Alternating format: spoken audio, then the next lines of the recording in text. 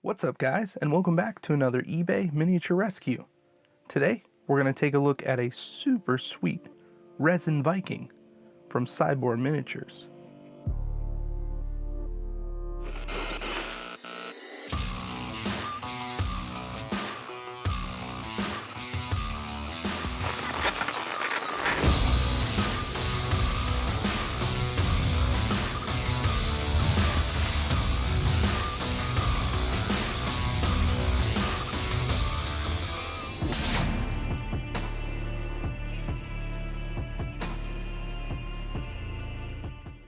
So right off the bat, I'd like to thank Austin M for sending this in. I've also included his Instagram page if you want to go take a look at some of his work. He reached out to me about a week ago and asked if I would save his D&D character. The main goal is to make him grimy and dirty, and you know, he's got a lot of metal plates on him, so we're going to rust that stuff up and just make him look like he's been through some stuff. So I stripped the miniature, reprimed it with black, and did a zenithal highlight with white ink over the top. Now I'm thinning down Rhinox hide to a pretty thin consistency, and trying to preserve some of that zenithal, I'm going to hit all of the leather. Just as a side note, you may notice that I sound a little bit different this week, and that is due to an unfortunate illness that I'm trying to deal with right now, pounding Dayquil. So hopefully it won't affect it too much, but if you're wondering, that's what's going on. Now, using corn red thinned down quite a bit again, I'm going to kind of, from the top down, just add a little bit of red into this leather. I want to warm it up. The theme of kind of hot and cold kept coming up while I was painting this model, and I just kind of went with it. It just kept kind of calling me.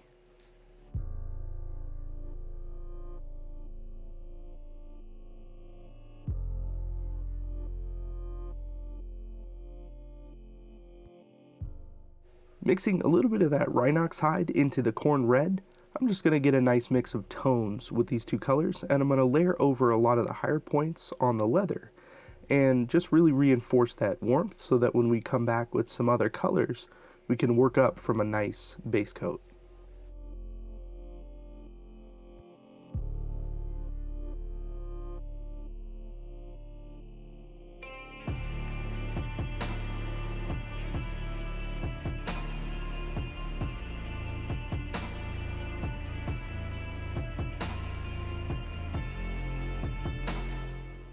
I decided to go with Mournfang Brown as pretty much the main color of the leather. There's still going to be a lot of red kind of coming through that, and I'm trying to lightly glaze over a lot of this so that, you know, that warmth still shows through.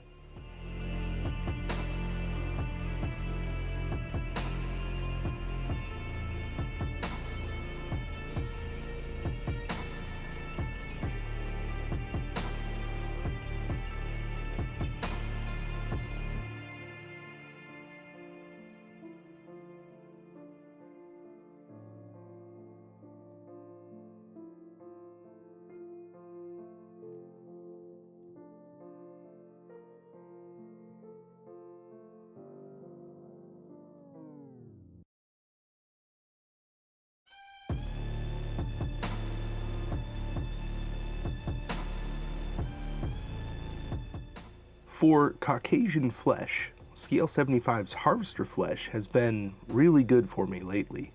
So I took care of the hands and the face. There's not a lot of skin on this model. With Vallejo metal colored dark aluminum, I'm going to take care of all of the metallic panels and this super sweet skull. I gotta say that I've never worked with miniatures from this company before, but they are super detailed and nice.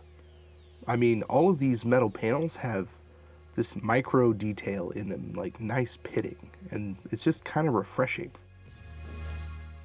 Since we have this skin tone on the wet palette, I'm going to mix some of that into the Mournfang Brown, and I'm going to use that to highlight all of the leather. I'm just going to move around the model and stipple this onto any of the high points, some of the bigger folds, that kind of thing. And that's just really going to give us a lot of texture.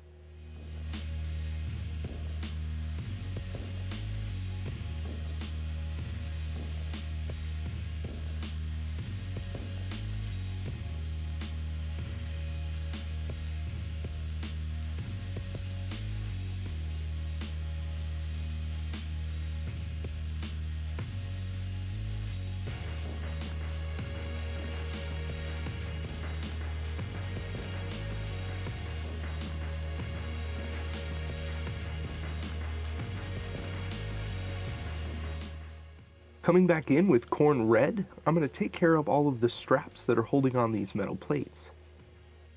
Having this color kind of right in the center of the model is really going to accentuate any other reds that are around it. And it's really going to carry forward the warmth for the entire model. Something to always remember when you're putting on colors, especially reds, is that they go on very bright. The water is reflecting a lot of light from the lamps that, we use to light our miniatures. And once that's dried and the water is all gone, it really mutes down. So it sinks into kind of the background, but again, adds that warmth.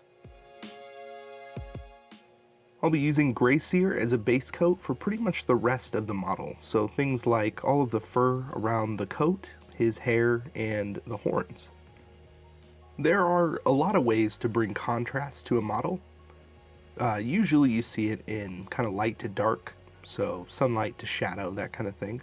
But you can also use hot and cold, and that's really what I'm trying to achieve with this model.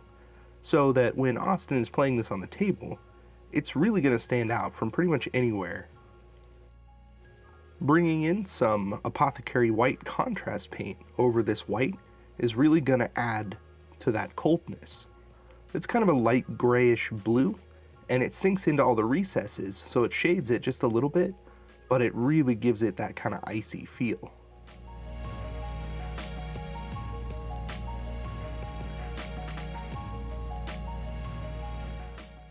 I decided to go with Ian Yellow for his beard.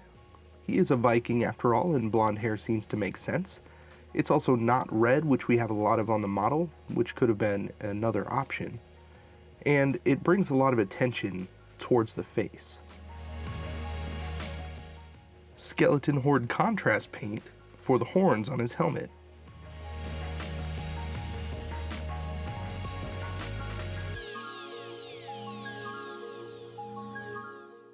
Reikland Flesh Shade as a wash on all of the skin tones.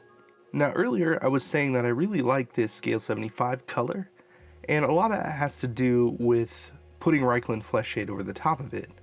For some reason I just like the result better than using something like Acadian Flesh Tone. Speaking of that Harvester Flesh, I'm going to use some of this to lightly stipple and edge highlight a lot of the red. I'm going to do this pretty much the same way that I did the leather, and that's just going to give us some texture and a nice highlight to our red.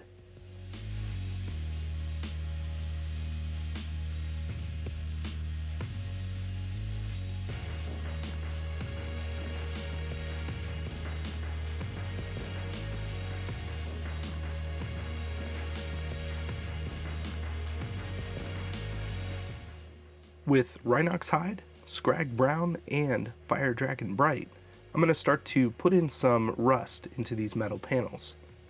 So starting with that darker brown, I'm just going to kind of stipple and layer over pretty lightly on most of these panels, and then I'm going to progressively work the color up from there. The nice thing about doing rust on a model like this, or maybe I should say on large metallic panels, so pretty much any model that has something like that, is that there's a lot of artistic freedom.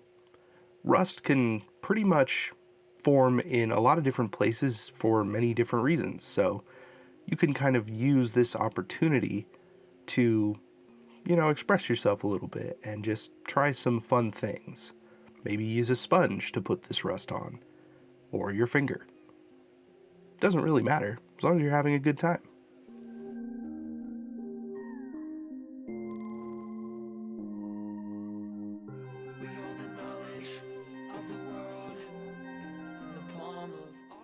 I did come back in with a little bit of a sponge with that original metallic color, just to bring back some kind of random spots, and I thought that looked pretty good, but I ended up switching over to Vallejo's Rust Wash, and I like this a little bit better for kind of just a base, for rust.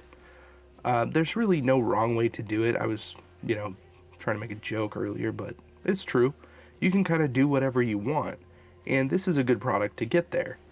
On these back panels, I used that dark brown, and then I came in with that rust wash to kind of fill in those other colors. They're a little more transparent, so you can see that metal showing through, and then I came back with a brush and stippled the edges. And again, there's really no wrong way to get there, but it is fun to experiment to try and see which methods you like better. Palm of our hands, we see it all, everybody, but we don't understand. We hold the knowledge of the world, and you listen to me, and you listen to me. At this point, I'm liking the way that this model is going fairly well. I think there could be a little bit more definition and separation between some of the colors, so we're going to employ an oil wash. If you've never used an oil wash before, I made a 3-minute video on all the products that you need and how to use it, so I'll throw that up on the screen right now. I did do a pretty liberal coat of Tester's Gloss varnish, and that was just so that the surface tension was a little bit lower and this oil wash could get freely into a lot of these recesses.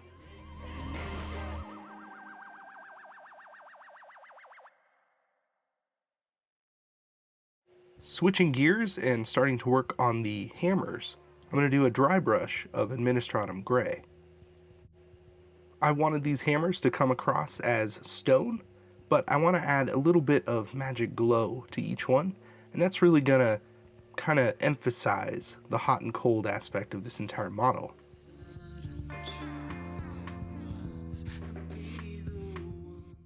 We're going to use a white, red, and yellow ink to start on one of these hammers. The first thing I'm going to do is kind of go over the central area on each side of this hammer and give it a really nice white glow. The idea is that once we introduce another color, then we're just going to tint that white with this ink, and that's really going to set us up for a nice fire effect. Adding some yellow into this red is going to give us a nice orangey red. We're going to keep that more into the center of that glow, and then we're going to clean out our airbrush and put yellow in and do the same thing but even tighter into the center to really give a punch to that fiery glow. We're pretty much going to follow the same steps on the other hammer, except we're going to start with white, then go with a blue. I don't have a blue ink that matches this color, so I just went with a really thinned down version of this magic blue. And then we're going to do the same thing with the white and really punch up that center. Coming back with Administratum Gray and a very large, soft makeup brush, I'm going to do a dry brush all over just to catch all of the raised details.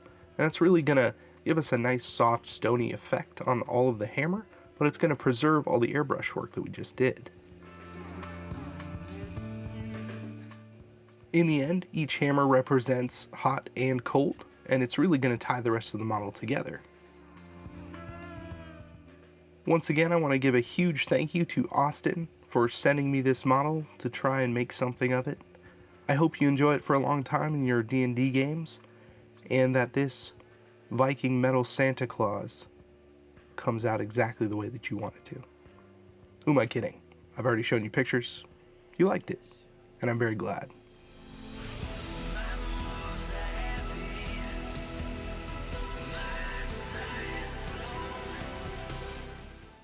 The funny thing is that when Austin and I were talking back and forth over email, he had mentioned how awesome it would have been to make this model of Viking Santa.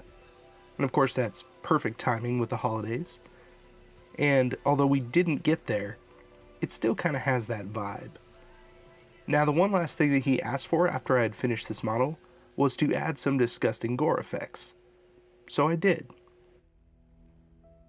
Quickly, the way I achieved that was loading up a paintbrush filled with blood for the blood god and spraying my airbrush through the bristles. And that really gives a nice random but pretty accurate blood effect.